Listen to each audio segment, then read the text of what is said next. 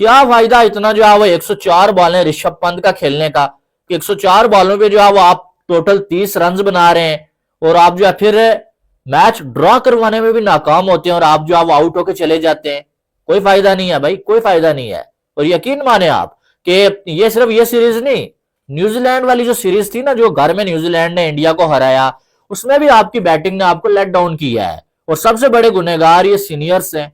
हकीकत बात है, जो आपका टॉप ऑर्डर है आउट हुए हैं यार। 26 ओवर पुरानी बॉल है, 26 ओवर पुरानी बॉल, वो अंदर तो आएगी नहीं, आप उसको बाहर से मारने जा रहे हो। आप विराट कोहली हो भाई, मैं आपको सिखाने वाला कुछ कोई भी नहीं होता, आप विराट कोहली हो। लेकिन आप ये भी सोचो कि आप ग्रेटेस्ट के चांसेस हैं और उसके बाद जो है इंडिया की जीत के तो तीसरे नंबर पे चांस है। ऐसा ही है, ऐसे ही बोला था आपसे। तो लेकिन इतनी पथेटिक अप्रोच के साथ ये आएंगे, ये मुझे इसका अंदाजा नहीं था, टू बी वेरी ऑनेस्ट। मैं ऐसे बोलूं कि हाँ जी मुझे पक्का पता था ये ड्रॉ के लिए खेलेंगे, ड्रॉ इनके लिए बेस्ट ऑप्शन लग रहा था कल, लेकिन इस तरीके से ड्रॉ नहीं होता। ये जिस तरीके से ये ड्रॉ करने की कोशिश कर रहे हैं, इस तरीके से ड्रॉ नहीं होगा भाई साहब। 2 सेशन है, अभी लंबे सेशन है, 60-65 ओवर है, बहुत इनको खेलना पड़ेगा। कोई थोड़ा सा इंटेंट दिखाओ ना यार, कोई गेम को आगे लेके जाओ, थोड़ा प्रेशर डले, फिर कोई जाके बात बने। ऐसे थोड़ी ये इस तरह से कौन खेलता है यार।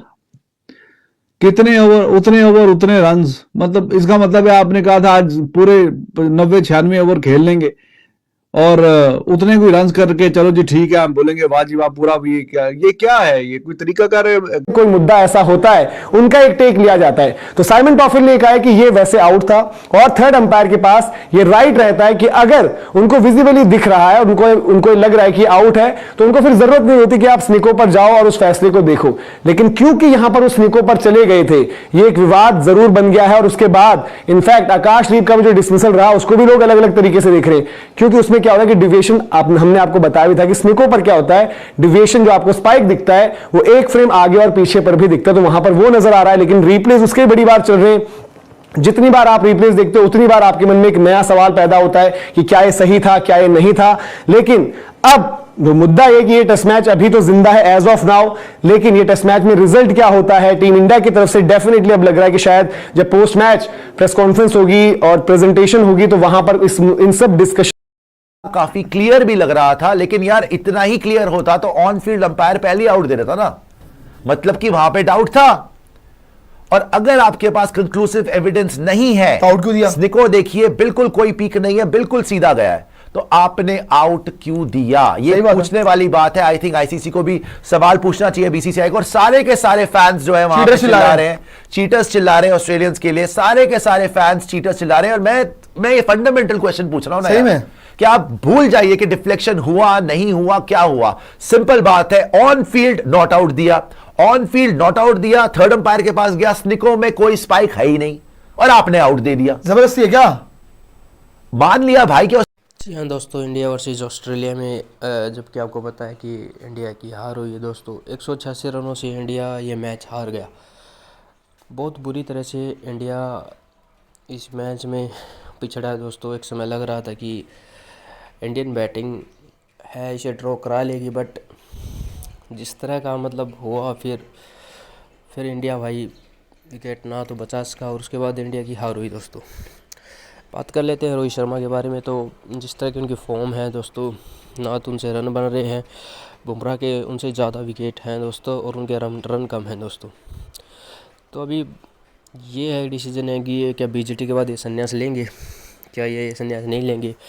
और कई जायसवाल के बोल रहे हैं नॉट आउट था, बट इसके बारे में अभी क्लियर कुछ साबित हुआ नहीं है दोस्तों। थर्ड अंपायर ने बोला है कि आउट था और आईसीसी का भी अभी तक कोई ऐसा फैसला आया नहीं है थर्ड अंपायर पे जिसे कह सकें कि वो नॉट आउट था। बात करना चाहता हूँ जसप्रीत बुमराह की दोस्तों। तो जिस तरह की बॉलिंग की है जसप्रीत बुमराह ने, मतलब एक समय ऐसा लग रहा था दोस्तों कि वो बैटिंग के से भी इंडिया को बचा देंगे, बट इंडिया की हार तय थी दोस्तों। 14 ओवर लेफ्ट थे और और हमारे पास बैटिंग करने के लिए कोई नहीं था दोस्तों। तो अभी ये है कि दोस्तों अभी अगले टेस्ट मैच में क्या इंडिया का कमबैक होगा, क्योंकि अगर इंडिया अगला टेस्ट जीतती है तभी सीरीज़ इक्वल हो जाएगी दोस्तों। और इंडिया को अगर इस सीरीज़ में अगर कुछ ना कुछ करना है तो अगले टेस्ट को जीतना ही होगा दोस्तों, तब जाके दोस्तों इंडिया ये सीरीज जीत पाएगी दोस्तों। तो अभी देखते हैं दोस्तों कल क्या होता है। तो अभी आप जितने भी हैं चैनल को सब्सक्राइब कर लो, ताकि हर वीडियो का जो नोटिफिकेशन है वो आपको मिलता रहे दोस्तों। तो सभी जाएं और चैनल को सब्सक्राइब कर लो दोस्तों। जय हिंद दोस्तों।